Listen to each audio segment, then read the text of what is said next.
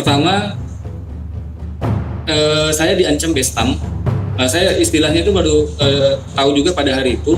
Bestam itu kalau tidak salah bebas tampung. Jadi digambar kali oleh oknum yang menyebut ini, Bestam, kamu akan Bestam karena udah ada 4 LP katanya. Udah ada 4 LP dan saya disuruh hitung. Satu LP kamu harus jalani 4 tahun. Jadi kalau 4 LP, kamu berapa tahun di dalam katanya gitu. Saya disuruh hitung, suruh jawab, dia bilang 4 kali 4 16 tahun. Lalu di salah satu oknum ini juga ini boleh menyebut institusi nggak? Karena kalau saya menyampaikan apa yang disampaikan oleh oknum ini mencatut salah satu institusi lain yang katanya Nggak apa-apa, sebutin aja. Sebutin aja, kita harus berani untuk mengungkapkan kebenaran, Bang. Iya, saya juga di persidangan sudah menyampaikan ini dan bahkan saya sengaja bawa Al-Quran bersumpah di hadapan pengadilan secara online. Saya bersumpah demi Allah bahwa apa yang saya sampaikan benar, termasuk intimidasi yang saya terima pada waktu itu, Bang. Jadi intimidasi lainnya adalah dikatakan ada oknum TNI yang bersedia menghabisi kami dengan bayaran 10 juta. Dan ini tentu saya juga pribadi tidak bisa terima karena abang saya juga yang mengurus perkara ini, yang membantu mengurus perkara ini juga seorang TNI kan. Banyak juga keluarga saya yang dari TNI, dari Polri, dan saya sama sekali tidak percaya kalau dikatakan seperti itu.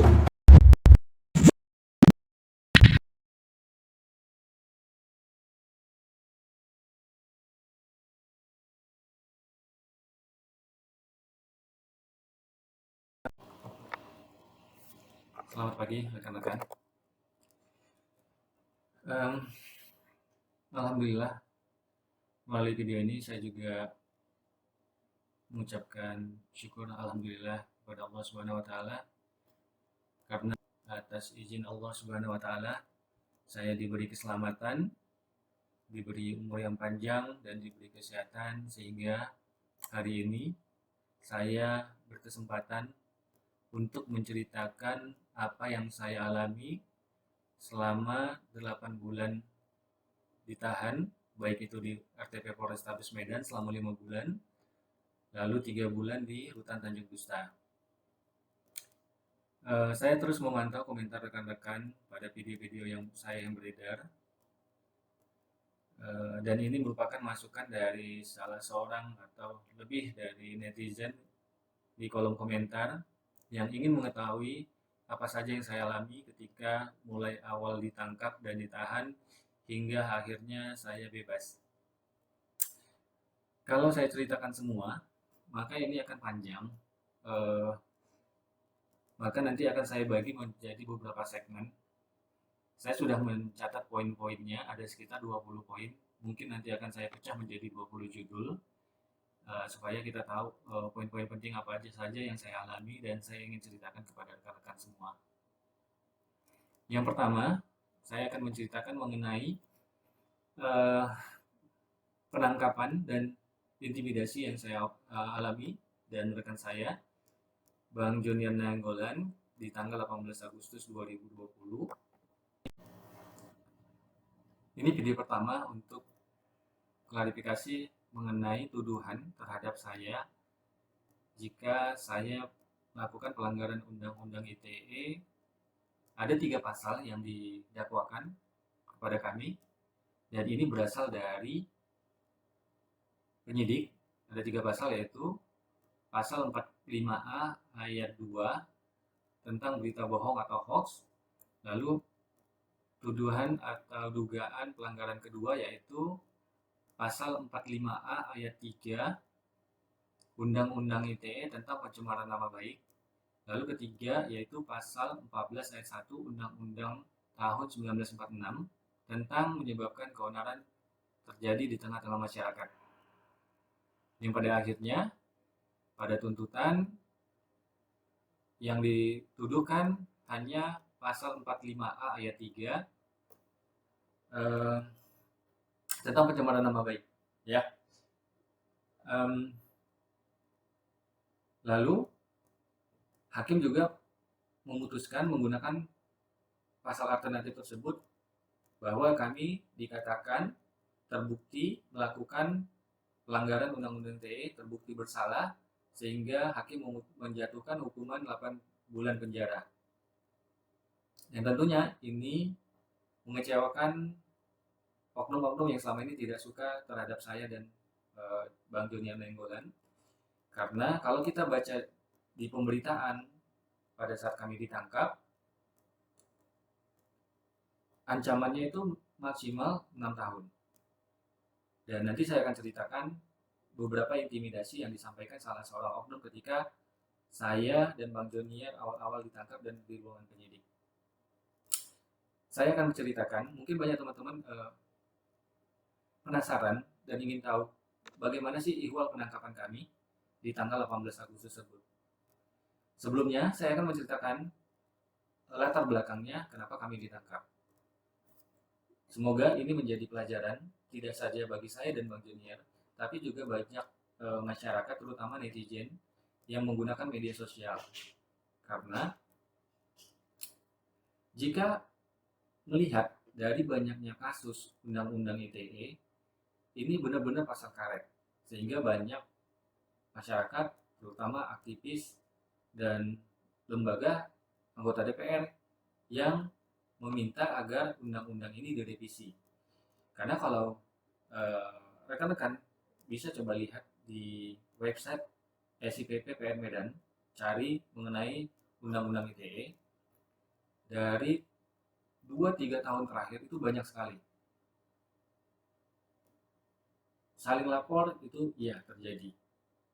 Seperti yang saya alami, dan banyak aktivis lainnya, pasal ini justru digunakan untuk membungkam aktivis yang selama ini mengkritisi dan vokal. Pasal ini digunakan sebagai senjata. Dan bagi teman-teman subscriber saya, terutama yang mengikuti saya sejak lama, mungkin pernah ingat bahwa ini bukan kali pertama saya mendapatkan upaya kriminalisasi menggunakan pasal pencemaran nama baik. Pertama kali pernah hampir terjadi, teman-teman mungkin ingat, nanti saya coba tunjukkan videonya. Terjadi ketika saya membongkar praktek pungli di Taman Makam Pahlawan Palembang. Itu terjadi sekitar April 2018. Saya mengikuti sidang bersama korban dan si terlapornya, dan saya melihat langsung dan mengalami langsung persidangan tersebut karena saya dihadirkan sebagai saksi. Di situ, 2 oknum dinyatakan terbukti bersalah pada sidang disiplin di Polrestabes Palembang dan dijatuhi hukuman 14 hari penempatan khusus dari tuntutan awal 21 hari. Dan saya dengar mereka juga dimutasi dan mendapat penundaan pangkat kalau tidak salah. Nah, tapi di akun Instagram resmi Lantas Palembang sempat dibuat postingan, nanti saya munculkan di layar, salah satu yang isinya kurang lebih seperti ini. Sidang disiplin tidak terbukti, Kasat Lantas akan melapor balik oknum penyebar video dengan pasal pencemaran nama baik. Itu sempat muncul dan heboh. Tapi pada saat itu banyak komentar dari masyarakat netizen di akun Instagram Lantas Palembang mempertanyakan dasar pelaporan tersebut karena sidangnya terbukti gitu. Karena banyaknya respon dari masyarakat yang membela saya, akhirnya postingan tersebut dihapus, rekan-rekan. Tapi banyak jejak digital yang berhasil kami selamatkan dari akun-akun publik di Palembang maupun dari media cetak dan online. Media online. Saya masih simpan. Walaupun dihapus, tapi kita sudah simpan. Saya akan tampilkan nanti, dan saya punya video khusus. Jadi sebenarnya itu awal saya hampir dikriminalisasi menggunakan pasal pencemaran nama baik. Dan sayangnya oknum, terutama admin dari akun Instagram resmi tersebut sampai hari ini tidak ditindak. Padahal jelas-jelas menyebarkan berita bohong atau hoax. Berbeda dengan hasil sidang disiplin pada saat itu yang memang terbukti dikatakan tidak terbukti. Lalu ada juga upaya dari kita tidak tahu siapa, tapi yang jelas saya lupa bulannya, tapi terjadi di tahun 2018 ada 3 kali upaya mereset atau menghack password akun Instagram saya. Kalau tidak salah terjadi 3 kali, pukul 1, pukul 2 pagi, pukul 3 pagi. Saya ada buat videonya untuk jaga-jaga siapa tahu terjadi, dan saya sudah menceritakannya melalui channel YouTube saya. Jadi ada oknum yang berupaya menghack akun Instagram saya. Kita tidak tahu dengan maksud tujuan apa, tapi yang jelas bukan tujuan yang baik ya. Kalau ingin mencuri akun media sosial orang lain. Alhamdulillah tidak berhasil. Alhamdulillah selamat dan tidak terjadi.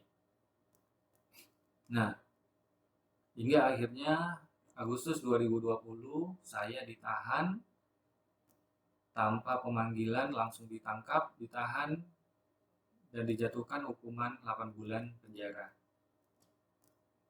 Dengan tuduhan yang sebenarnya tidak terbukti. Saya akan ceritakan di sini. Video tersebut terjadi tanggal 11 Agustus 2020. Rekan-rekan masih bisa melihatnya di channel YouTube Johnny Ernest Pekan.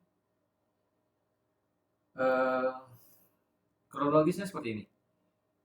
Pada saat itu, kalau tidak salah hari Selasa ya, Selasa atau Senin, saya lupa. Saya akan coba cek dulu teman-teman. Agustus 2020, tanggal 11 itu benar ya, hari Selasa.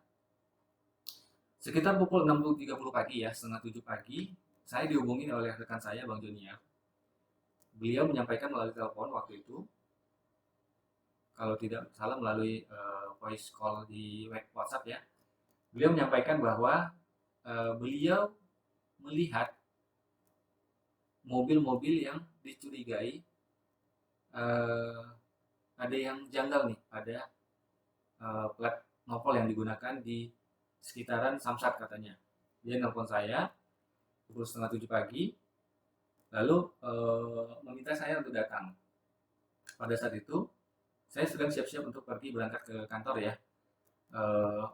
Akhirnya saya setujui, saya akan langsung berangkat. Dan perkiraan saya akan sampai jam 7 karena jam 8 saya harus segera ada di kantor karena waktu itu ada kegiatan dan saya harus tiba sebelum jam 8 pagi. Lalu ketika sampai di sana, Bang Joniar sudah sampai duluan. Lalu ketemu saya, lalu kami melakukan video intro di seberang Samsat Putri Hijau. Mendapat laporan dari Bang Joniar, langsung kita tes. Jadi di seberang Samsat Putri Hijau itu, bagi teman-teman yang ada di Medan, mungkin bisa membayangkan ya, di depan Samsat Jalan Putri Hijau itu, di seberangnya kan banyak yang parkir tuh. Banyak kendaraan parkir, mobil ya. Nah, langsung kita cek. Pada saat itu, kami melihat mobil yang pertama kami cek yaitu Honda SRT BK81P kalau tidak salah, yang sering kali kami lihat. Saya juga sering lihat karena saya selalu lewat tol Amplas kalau mau ke kantor distributor saya di Tanjung Mulia. Itu sering ada di sebelum flyover Amplas. Nah, kita cek menggunakan satu website iSamsat BP2RD Provinsi Sumut. Kedua, menggunakan USSD, menggunakan kartu Telkomsel, dan ini merupakan hasil MOU antara Polda Sumut dengan Telkomsel. Ini perlu saya sampaikan ke rekan-rekan bahwa dua aplikasi ini resmi. USSD ini hanya 2 Polda yang ada MOU dengan Telkomsel, sehingga bisa mengecek pajak dengan mendial bintang 368 bintang 117 pagar. Dan nanti akan masuk juga SMS dan ada biaya 1.000 per SMS kalau tidak salah. Nah, menggunakan dua aplikasi itu ternyata mobil tersebut muncullah di layar, pada saat itu handphone Bang Jo digunakan untuk live streaming, sedangkan handphone saya gunakan untuk membuka dua aplikasi ini, teman-teman. Bisa kita lihat di videonya ya. Lalu muncul sekitar 15 jutaan. Dan di sini jelas-jelas saya berpikir ini nunggak, karena untuk mobil tersebut pajak 1 tahun tidak mungkin sampai 15 juta. Perkiraan saya itu lebih dari 1 tahun. Dan jelas-jelas kami juga mengatakan nunggak terhadap mobil tersebut. Lalu mobil kedua yang kami cek yaitu mobil CRV, ada di belakang mobil SRV tadi. Ketika kami cek plat mobil tersebut, ternyata keterangannya muncul di aplikasi adalah data kendaraan tidak ditemukan. Inilah yang kami duga bodong, karena menurut pemahaman kami, jika di aplikasi tidak muncul, maka nopol kendaraan tersebut tidak terdaftar di database Samsat. Oke. Selanjutnya, kami berjalan ke samping, lalu ke belakang. Cek beberapa, kurang lebih ada 10 mobil ya, 10 mobil saya cek. Dan Bang Jo, hasilnya ada beberapa yang data kendaraan tidak ditemukan dan diduga bodong. Ada yang plat nopolnya berbeda dengan di aplikasi. Kalau tidak salah di nopol bulan 9 tapi di aplikasi bulan 6 atau sebaliknya, saya lupa. Lalu ada juga yang kalau tidak salah mobil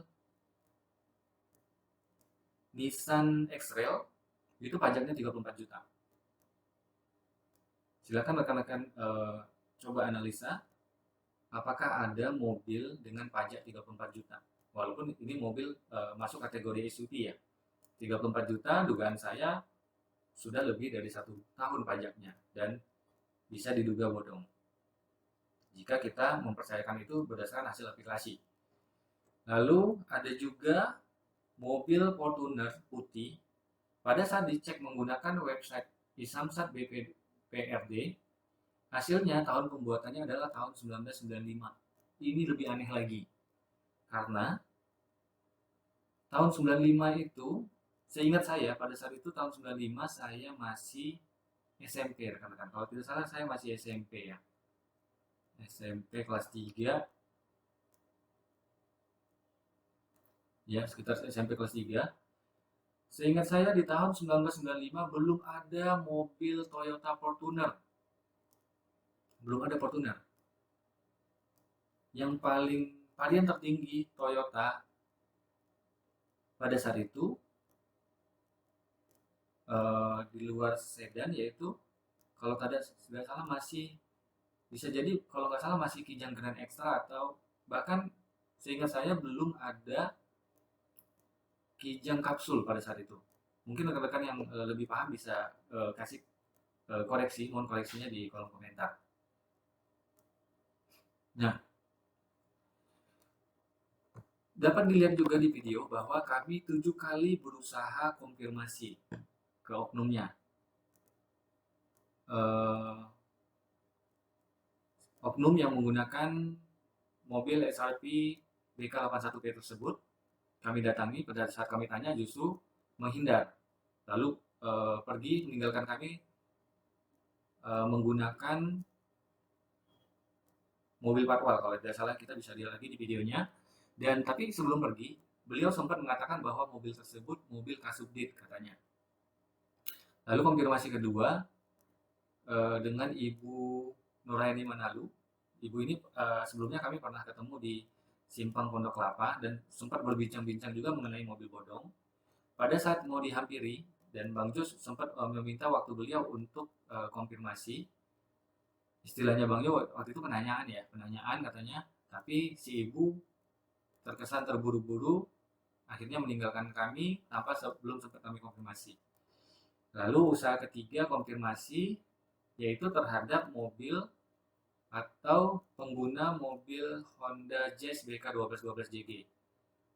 Nanti saya juga bisa tunjukkan ada 2 kali saya sempat mengatakan, yuk konfirmasi yuk langsung ke orangnya. Ada 2 kali.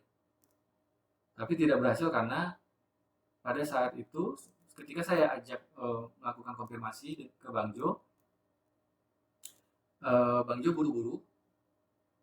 Maaf, pada saat itu Bang Jo kalau tidak salah minta saya untuk mengecek menggunakan aplikasi yang menggunakan USSD karena berdasarkan website Samsat di situ terlihat pajaknya 3,9 juta. Lalu Bang Jo pada saat saya ajak untuk melakukan konfirmasi ke oknum tersebut, Bang Jo minta saya untuk cek lagi dengan USSD. Hingga akhirnya kami minggir terlebih dahulu, baru selesai cek, tiba-tiba oknumnya masuk mobil dan kami gagal melakukan konfirmasi. Lalu usaha keempat konfirmasi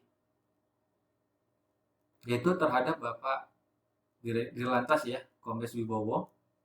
Di video jelas-jelas saya bilang akan menjumpai beliau untuk melakukan konfirmasi. Berikutnya konfirmasi ke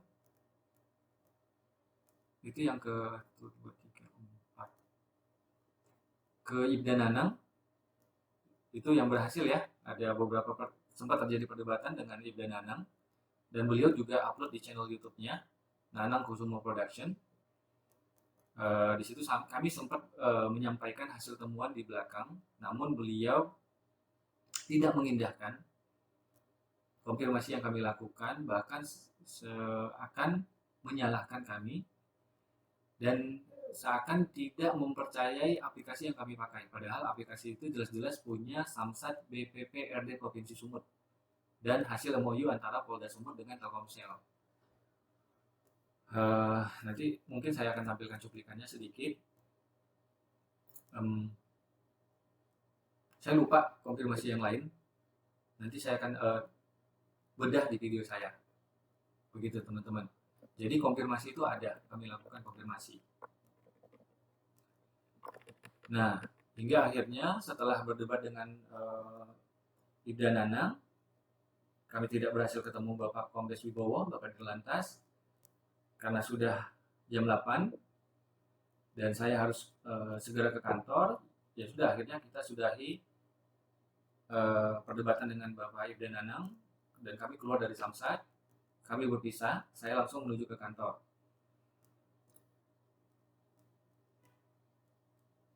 Beberapa hari kemudian,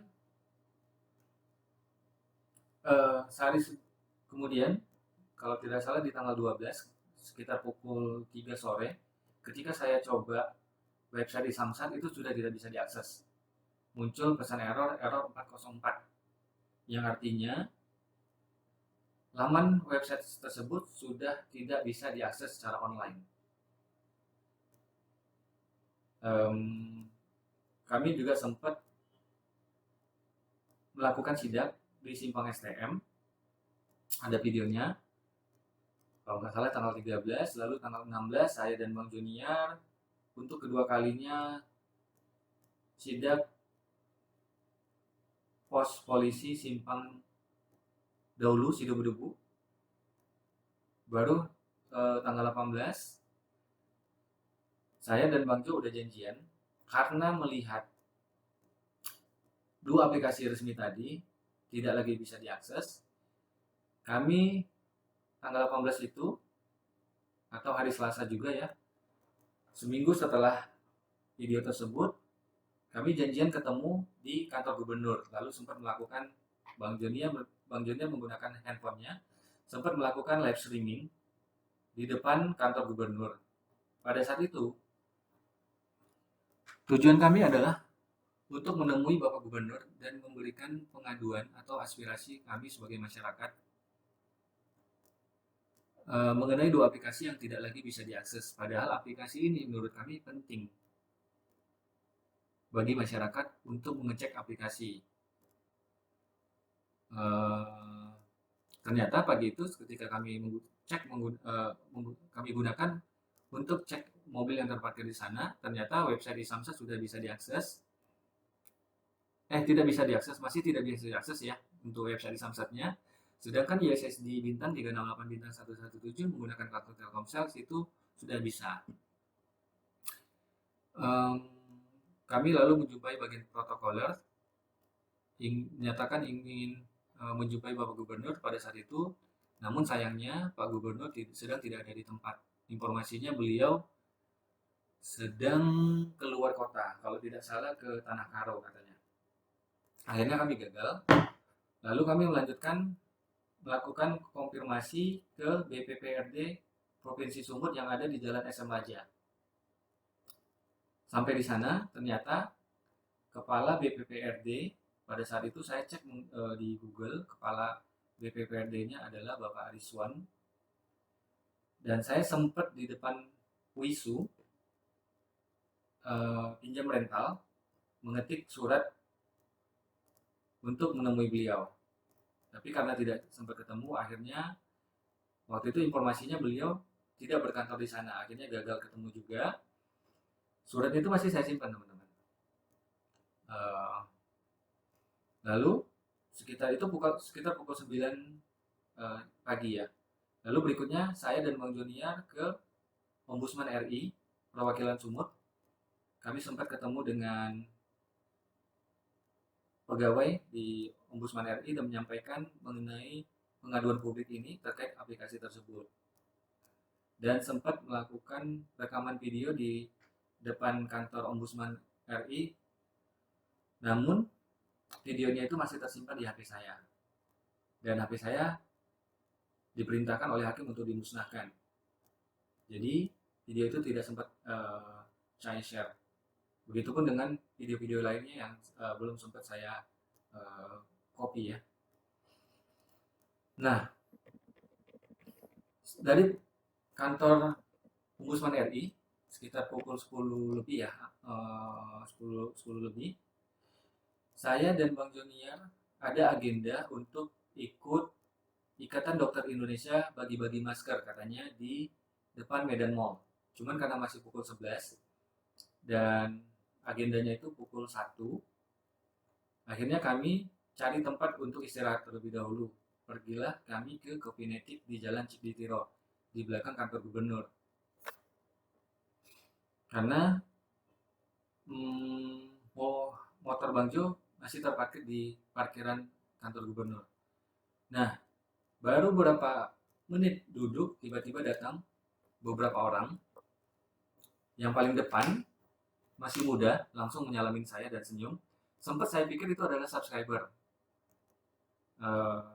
Karena ada beberapa kali yang subscriber yang mengenali saya seperti itu. Sempat saya berpikir bahwa itu subscriber ya. Tapi tiba-tiba mengeluarkan surat, ada rekamannya, ada salah satu oknum yang merekam dan mendokumentasikan kejadian tersebut. Ternyata beliau memperkenalkan diri sebagai Kanit Reskrim dari Polrestabes Medan, menunjukkan surat penangkapan dan surat penahanan. Ada LP juga dari Aibtu Johansen Ginting. Jadi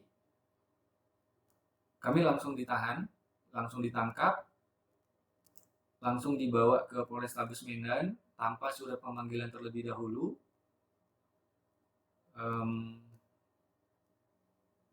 Banyak barang-barang yang saya yang disita, kamera-kamera semuanya kebetulan saya bawa, satu tas itu disita. Saya juga pakai backpack yang biasa saya pakai ke kantor, isinya ada laptop dan inventaris kantor yang biasa saya gunakan, dan juga handphone ya yang disita. Akhirnya kami dibawa ke Polrestabes Medan sekitar pukul 11, teman-teman. Akhirnya jam 11 pagi tanggal 18 Agustus 2020 kami langsung ditangkap dan dibawa ke Polrestabes Medan. Yang bawa mobil saya pada saat itu adalah Kanit Reskrim sendiri. Begitu sampai di sana, di Polrestabes Medan, saya bawa 2 tas saya ke ruangan reskrim. Kami diarahkan ke sana, digiring ke sana. Sedangkan mobil saya sudah di tangan oknum ya. Lalu di ruangan penyidik kami dijelaskan mengenai dugaan pelanggaran 3 pasal tersebut. berita bohong hoax atau hoax, pencemaran nama baik, dan menyebabkan keonaran terjadi di tengah-tengah masyarakat atas LP Aibtu Johansen Ginting. Kalau teman-teman sempat membaca pemberitaannya atau beritanya di beberapa media TV, Aibtu Johansen Ginting keberatan dan merasa malu karena dikatakan mobilnya menunggak pajak. Karena itu dia dan keluarganya merasa malu dan melaporkan kami atas pencemaran nama baik, berita bohong hoax, dan menyebabkan keonaran terjadi di tengah-tengah masyarakat. Untuk teman-teman ketahui, 3 pasal ini umumnya dipakai untuk aktivis yang kritis, yang vokal. Ini pasal-pasal yang umum terjadi.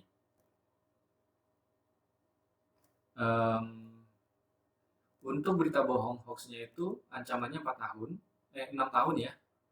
Lalu untuk pencemaran nama baik itu ancamannya 4 tahun, sedangkan untuk menyebabkan keonaran terjadi di tengah-tengah masyarakat itu ancamannya 10 tahun, teman-teman.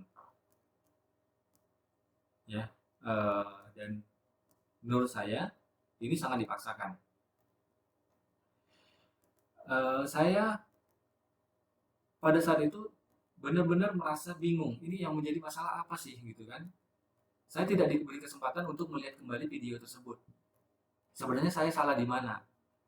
Benarkah saya mengatakan nunggak? Sehingga saya tidak pernah mengatakan menunggak. Dan beberapa bulan kemudian baru saya bisa melihat ternyata saya sama sekali tidak mengatakan menunggak. Dan keluarga saya juga mengecek aplikasi video tersebut. Di video itu dari awal sampai akhir, part 1 dan part 2, di video yang dilaporkan yaitu videonya dari live streamingnya Bang Joniar, tidak ada kata-kata menunggak yang saya keluarkan dari mulut saya terhadap mobil Honda Jazz BK 1212 JG. Cuman nanti saya akan juga ceritakan BAP saya direkayasa, teman-teman. Saya sama sekali tidak diminta keterangan terhadap 30 pertanyaan di BAP tersebut. BAP saya tersebut merupakan copy paste atau duplikat dari BAP Bang Joniar Nainggolan. Cuman diganti subjeknya aja. Diganti saya diganti nama. Dan itu saya buktikan di pengadilan. BAP Joniar Nainggolan pun beberapa itu dicabut sama Bang Joniar, itu kalau tidak salah di poin 15, poin 18, poin 19 terkait konfirmasi, terkait izin. Lalu ada di poin 23 juga, di situ di menit 02.25 disebutkan di situ BK 1212 JG 3,7 juta nunggak. Padahal dan disebutkan di situ yang mengatakan itu adalah saya. Padahal di video itu yang mengatakan itu adalah nunggaknya Bang Joniar. Nanti saya tampilkan. Jadi pada saat itu Bang Jo minta saya cek menggunakan aplikasi. Saya buka tuh website Isamsat BPPRD. Saya masukkan BK 1212 JG. Lalu muncullah aplikasinya. Saya bacakan aplikasinya. BK 1212 JG 3,7 juta. Lalu ditimpali sama Bang Joniar. Suaranya beda loh, suara saya dengan Bang Joniar. 3,7 juta, saya bilang gitu. Oh, nunggak ya? Itu kata-kata Bang Joniar. Tapi di BAP-nya Bang Joniar dan BAP saya itu direkayasa. Dibuat saya mengatakan itu. Padahal saya sama sekali tidak pernah sekalipun mengatakan menunggak. Dan saya di persidangan pada saat keterangan terdakwa, saya sengaja bawa Al-Quran, saya pinjam dari Masjid Rutan, dan saya bersumpah. Pada sidang online itu saya bersumpah dengan nama Allah. Saya pegang Al-Quran, saya mengatakan saya tidak pernah mengatakan nunggak. Saya mengatakan semua yang ingin saya sampaikan itu adalah benar apa adanya. Saya hanya membacakan aplikasi. Apakah membacakan aplikasi resmi milik pemerintah itu sebuah tindak pidana? Sehingga akhirnya handphone saya disita dan tidak kembalikan dan katanya akan dimusnahkan. Padahal di situ banyak bukti yang bisa diselamatkan. Kembali ke pengalaman saya tadi, sekitar pukul 5 sore kami didatangi banyak sekali oknum ke ruangan penyidik. Saya tidak ingat jumlahnya, tapi ada 3 orang yang saya kenal. Salah satunya, kalau tidak salah, eh, cuma 1 orang itu pakai seragam, kalau tidak salah ya. Bapak Kasat Lantas Polrestabes Medan, AKBP Sony Siregar. Saya tidak pernah ketemu beliau sebelumnya di luar. Itu kali pertama saya ketemu beliau. Saya hanya sempat melihat beliau di beberapa videonya Bang Jonier ya. Lalu yang saya kenal yang lain yaitu si pelapor Aibtu Johansen Ginting. Saya tahu di situ bahwa beliau si pelapornya. Lalu yang lain yaitu Ibda Nanang. Beliau sempat marah-marah di depan saya, dan ada dokumentasinya dilakukan, kalau tidak salah ada 2 oknum yang merekam kejadian di dalam ruang penyidik tersebut. Di situ kami mendapatkan intimidasi secara verbal, dan pada kesempatan ini saya akan jelaskan. Saya berani bersumpah apa yang akan saya katakan ini adalah yang sebenarnya. Wallahi, apa yang saya katakan sebenarnya adalah yang terjadi sebenarnya pada hari itu. Kami mendapatkan intimidasi. Saya dapat tunjukkan posisi saya dan Bang Junior pada saat itu dari beberapa rekaman yang di-share oleh kita tidak tahu siapa. Beberapa intimidasi yang kami dapatkan yaitu teman-teman, Pak Kasat Lantas menyampaikan bahwa kami akan di bestam. Bagi teman-teman yang tahu mungkin artinya adalah bebas tampung atau bebas tambah, saya juga kurang jelas. Jadi katanya kami akan bestam 4 kali. Karena sudah ada 4 LP terhadap kami. Lalu saya disuruh hitung. Minimal 1 LP katanya 4 tahun ancamannya. 4 tahun. Ancamannya 4 tahun 1 LP. Lalu dia suruh hitung saya. Coba kamu hitung katanya. Kalau 4 kali bestam berapa tahun kau di penjara, katanya seperti itu. Kurang lebih seperti itu ya. Lalu saya jawab 16 tahun. Ini luar biasa. Jadi katanya pada hari itu sudah ada 4 LP yang melaporkan kami. 4 laporan polisi. Nanti pada video kesekian saya akan menjelaskan 2 LP yang lain yang berhasil kami dapatkan informasinya dan terkait video yang mana, teman-teman. Sedangkan yang lainnya kita belum tahu. Dan belakangan pada saat salah seorang abang saya, keluarga saya, beliau seorang perwira TNI berpangkat kolonel, bersama istri, saya tidak ingat tanggalnya karena saya di dalam. Beliau menjumpai Kasat Reskrim dan akhirnya bertemu dengan Kasat Reskrim di ruangan Kasat Reskrim ya. Di situ informasinya sudah ada 6 LP, teman-teman. 6 LP, bayangkan. Jadi kami itu diancam 6 kali 4, 24 tahun akan di penjara. Itu ancaman pertama. Lalu yang lebih parahnya, ini saya sudah ceritakan dengan abang saya yang kolonel TNI ini. Saya sudah ceritakan mengenai ancaman yang ini karena ini menyangkut membawa-bawa institusi TNI. Selama ini kami tidak pernah ada masalah dengan TNI. Tapi salah satu oknum mencatut TNI dan saya sendiri secara pribadi tidak terima. Saya tidak percaya bahwa TNI akan mau menghabisi kami. Karena katanya ada, saya katakan di sini oknum. Katanya ada oknum dari TNI yang bersedia menghabisi kami dengan bayaran 10 juta. Oknum itu mengatakan seperti itu di hadapan saya dan Bang Jonier. Menghabisi nyawa kami dengan bayaran 10 juta. Dan bahkan dia menanyakan ke saya, kamu lihat nggak ada mobil yang muter-muter di depan rumah kamu, katanya seperti itu. Saya katakan, saya nggak pernah lihat, saya bilang. Ini saya sendiri tidak terima, saya tidak percaya, saya tidak hanya cinta Polri, tapi saya juga cinta TNI. Saya tidak percaya ada anggota yang bersedia menghabisi kami dengan bayaran 10 juta. Ini sangat tidak dipercaya dan ini adalah pencemaran nama baik. Dan saya sudah sampaikan ke abang saya yang kolonel TNI tersebut. Mudah-mudahan beliau akan mengambil tindakan atas perkataan oknum tersebut. Ya, memang kami tidak punya bukti, tapi saksi saya ada di sebelah saya, yaitu Bang Joniar Nainggolan. Pada saat itu ada 2 oknum yang merekam menggunakan handphone mereka, tapi kita tidak akan bisa mendapatkan rekaman tersebut. Lalu itu ancaman kedua, teman-teman. Ancaman ketiga, kami akan dimasukkan ke sel yang sudah terjangkit COVID. Semakin mengecewakan karena kami ini masyarakat yang cinta Polri. Tapi kami diancam seperti itu, seolah-olah akan dihabisi. Sengaja akan dimasukkan ke blok yang sudah terjangkit COVID. Tujuannya apa? Supaya kami kena COVID, sehingga kami akan meninggal di tempat, akan meninggal di penjara sehingga tidak bertemu keluarga lagi.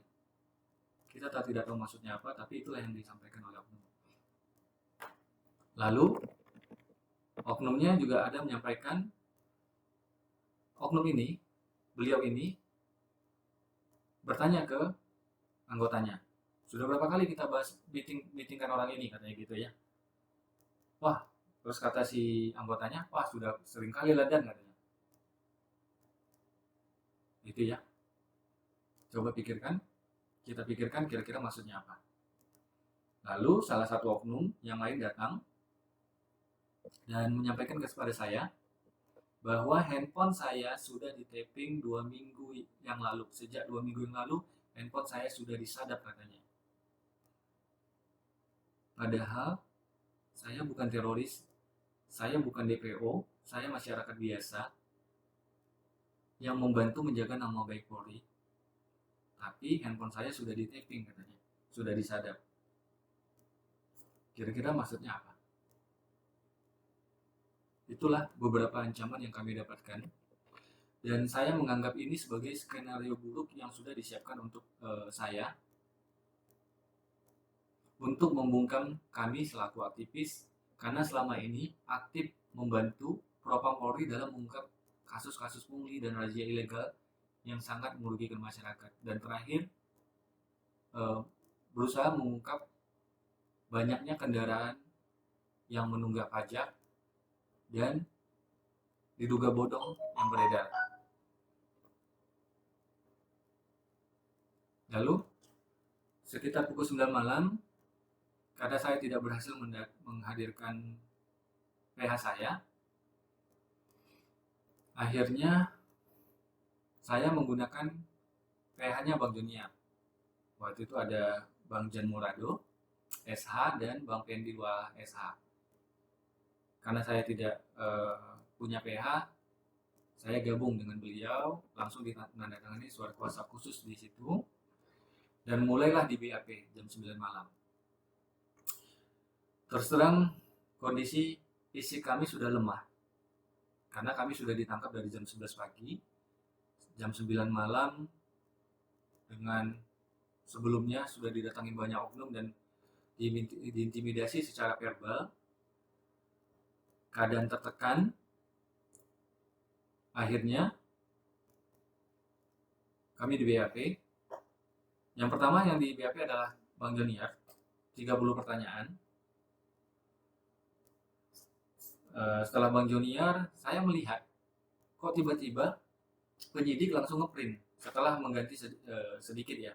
Saya duga itu mengganti hanya di bagian nama, dan langsung menyodorkan BAP ke saya, minta ditandatangan. Saya protes ke PH yang baru ini ya, saya protes, Bang, ini kok minta langsung tanda tangan, saya kan belum ditanya, belum diminta keterangan, saya bilang seperti itu. Lalu PH saya bilang, udah nggak apa-apa, nanti akan ada BAP kedua, katanya. Itu yang saya ingat, beliau mengatakan seperti itu. Benar ya Bang, aman ini, kata saya tanya seperti itu. Iya aman, katanya. Oke, karena kondisi fisik saya sudah capek, kondisi kami juga tertekan, kami juga sudah mendapatkan intimidasi, dengan banyaknya bayangan-bayangan buruk terhadap apa yang akan kami alami nanti, akhirnya saya menandatangani BAP tersebut, teman-teman. Pemeriksaan akhirnya berakhir sekitar pukul 2 pagi. Pada saat itu, PH kami minta untuk langsung membuat surat jaminan dan surat penangguhan penahanan. Langsung hari itu juga adik saya minta tanda tangan istri ke rumah, bolak-balik ke Polrestabes supaya saya tidak ditahan. Dan Bang Junior seperti itu juga, supaya dilakukan penangguhan. Tapi nyatanya sekitar pukul setengah 3 pagi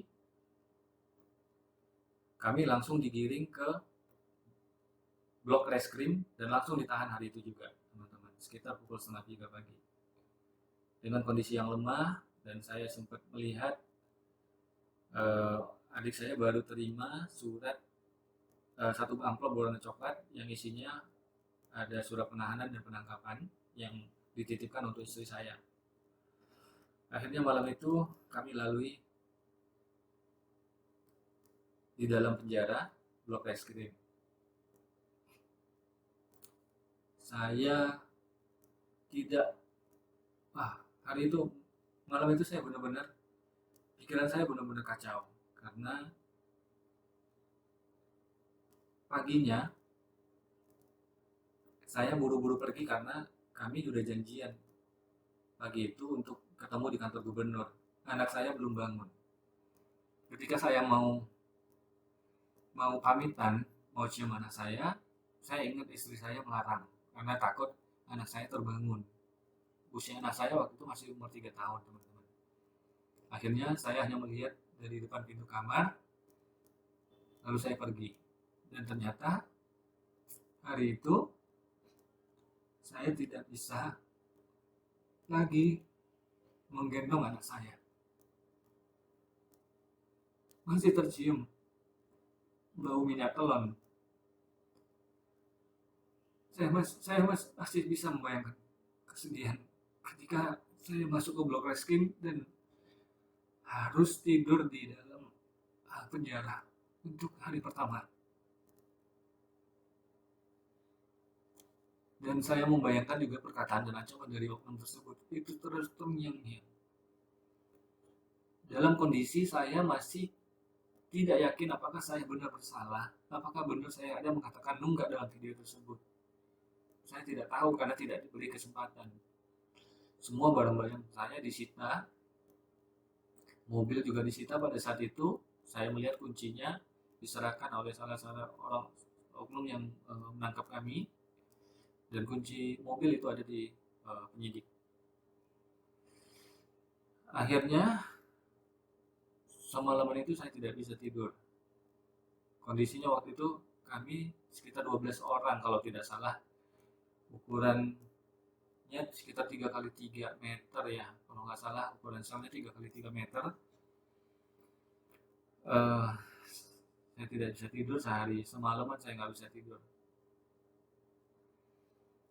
Sampai pagi saya bisa melihat dari ventilasi kecil yang ada di penjara itu, matahari mulai sinar matahari mulai masuk.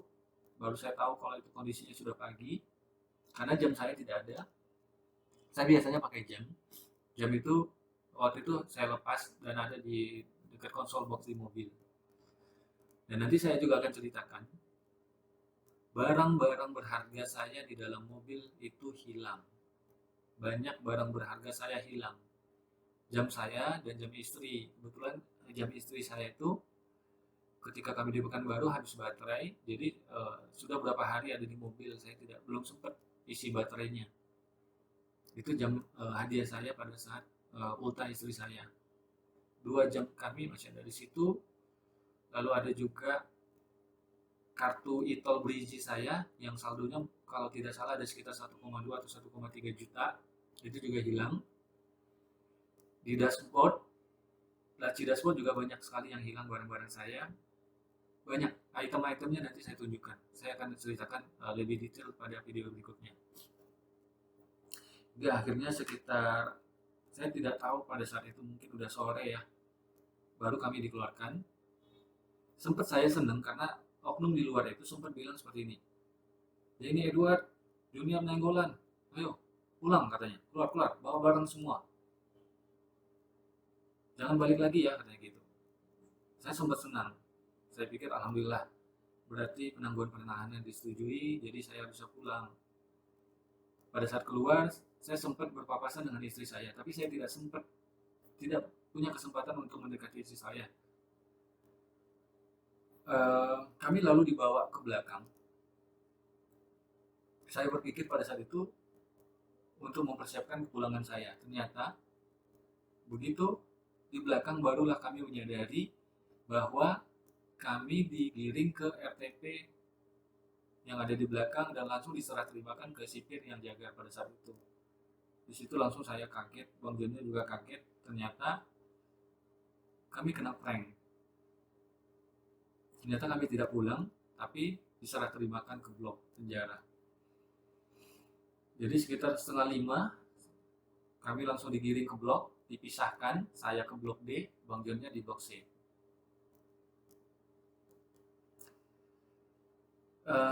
Banyak pikiran saya masih berkecamuk, masih kacau.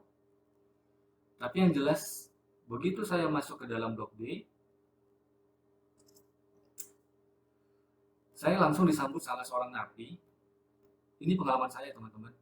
Pengalaman saya pertama kali di penjara. Langsung di blok, langsung disambut, langsung ditanya-tanya. Saya yang menggunakan baju dan celana yang menempel di badan, lalu saya dibawa ke kamar di belakang, melewati banyak tahanan-tahanan lain. Lalu di situ napi ini menjelaskan bahwa saya harus bayar uang kebersamaan 2 juta. Lalu saya diserahkan HP, handphone, waktu itu handphone kecil Nokia kalau tidak salah. Lalu saya disuruh telepon keluarga saya untuk transfer, nanti dikasih nomor rekeningnya. Akhirnya saya telepon istri. Saya tidak tahu pada saat itu, tapi saya pikir dia menjelaskan bahwa ini uang kebersamaan, beli air segala macam katanya. Saya tidak tahu apakah ini resmi atau tidak, tapi yang jelas dia minta 2 juta dan harus ada hari itu juga. Akhirnya saya telepon istri dan minta ditransfer 2 juta. Bukti transfernya ada. Dan itu bukan sekali. Besoknya seperti itu lagi. Banyak alasan si oknum ini. Dia ini bukan kablok, bukan palkam, bukan buser. Tapi memang kayaknya dia bertugas memeras bebek baru ya, meminta uang kebersamaan dan segala macam. Bebek baru ini adalah tahanan baru yang baru masuk teman-teman. Jadi saya bebek baru. Hari itu juga langsung ditransfer istri. Saya diajak tidur tidak jauh dari pintu kereng.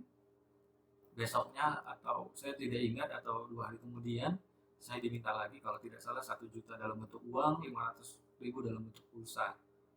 Karena katanya di situ si napi ini bilang kalau saya dititipkan oknum polisi di sana untuk jangan dikasih enak. Dan saya suruh tidur di WC, nggak boleh tidur, nggak boleh dikasih enak. Jadi kalau saya nggak mau tidur di WC, dia sempat menunjukkan saya ke belakang. Waktu itu ada 3 orang yang posisinya berdiri. Saya kaget melihatnya. Berarti nggak bisa tidur dong kalau berdiri, kondisi di belakang gelap, kotor, bau, karena persis di sebelah WC. Karena saya tidak mau diperlakukan seperti itu, saya telepon keluarga saya. Dan itu terjadi terus-menerus. Hingga akhirnya mungkin ada hampir sekitar 12 juta ya, tapi cuman kita punya bukti-buktinya itu yang tersimpan itu ada sekitar 11 jutaan. Dan ini yang sudah diceritakan istri saya di podcastnya Bang Aris Asa di channel YouTube-nya beliau. Sorry teman-teman, suara saya sudah agak habis karena udah hampir 1 jam ya saya menjelaskan ini, dan ini baru di video pertama. Karena kondisi kita saat ini lagi sedang menjalankan ibadah puasa, dan mungkin sampai seminggu lagi kita akan merayakan Idul Fitri. Ya itulah yang saya alami. Untuk pengalaman penyiksaan, pemerasan yang terjadi secara detail akan saya ceritakan di video berikutnya.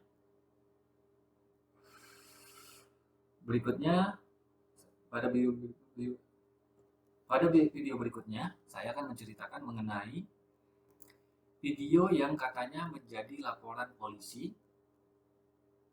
untuk LP kedua, yaitu video saya dan Bang Joniar ketika kami sidak pos lantas Simpang Dolu Sidodebu, yang pada saat itu saya mewawancara korbannya, dan korbannya bercerita bahwa dia digiring menggunakan motornya karena dia tidak punya uang cash. Dia diboncengi oleh si oknum ini berpakaian sipil menggunakan jaket untuk mengambil uang, karena pada saat itu dia diminta 500.000 tapi dia tidak punya uang cash sebanyak 500.000. Akhirnya bersama oknum itu menggunakan motornya mereka ke SPBU. Di sana ada ATM BNI di arah Brastagi, teman-teman. Setelah ngambil uang langsung diserahkan di situ ke oknumnya, dan si anak ini memang pada saat saya minta buktinya katanya sudah terbuang, tapi bisa dimintakan ke bank katanya. Nah, sekitar bulan Januari ketika saya di Rutan Tanjung Gusta, saya didatangi oleh Kanit Reskrim dan anggotanya, 2 orang ya. Kanit Reskrim satu anggotanya, mungkin penyidik. Saya didatangi dan dipanggil oleh sipir ke depan, lalu diminta keterangan sebagai saksi atas laporan polisi oknum yang diinformasikan oleh korban menerima uang tersebut. Jadi oknum ini melaporkan saya untuk pasal pencemaran nama baik atas video saya tersebut tanggal 19 Agustus, jadi 1 hari setelah kami ditahan. Dan saya diminta keterangan sebagai saksi ini di Tanjung Gusta di bulan Januari 2021. Nanti kita akan bedah di video yang kedua. Ada 2 part mengenai video tersebut. Lalu untuk LP yang ketiga yang berhasil kami ketahui, kami dapatkan informasinya adalah video ketika kami sidak razia di simpang Jalan Zainul Arifin, Simpang Sun Plaza Medan. Itu juga informasinya oknum polisi, salah seorang oknum polantas yang di situ melaporkan kami atas dugaan pasal pencemaran nama baik. Inilah yang ini menjadi bukti bahwa pasal Undang-Undang ITE ini adalah benar-benar pasal karet. Ya, jadi orang yang diduga, yang dilaporkan dari korbannya melakukan permintaan uang pungli, justru melaporkan kami selaku aktivis yang mencoba membongkar tersebut dan melaporkannya ke Polda. Karena setiap informasi yang kami dapat, kami langsung kirim ke WA-nya Bapak Kapolda pada saat itu, Bapak Martuani Sormin. Lalu saya juga kirim link video itu ke beberapa kontak saya di Polda Sumut. Kontak saya Paminal Polda, ada 2 orang yang biasa menghubungi saya untuk beberapa video, yaitu anggotanya namanya Ricky, satu lagi namanya Ricardo Nababan kalau nggak salah, saya lupa.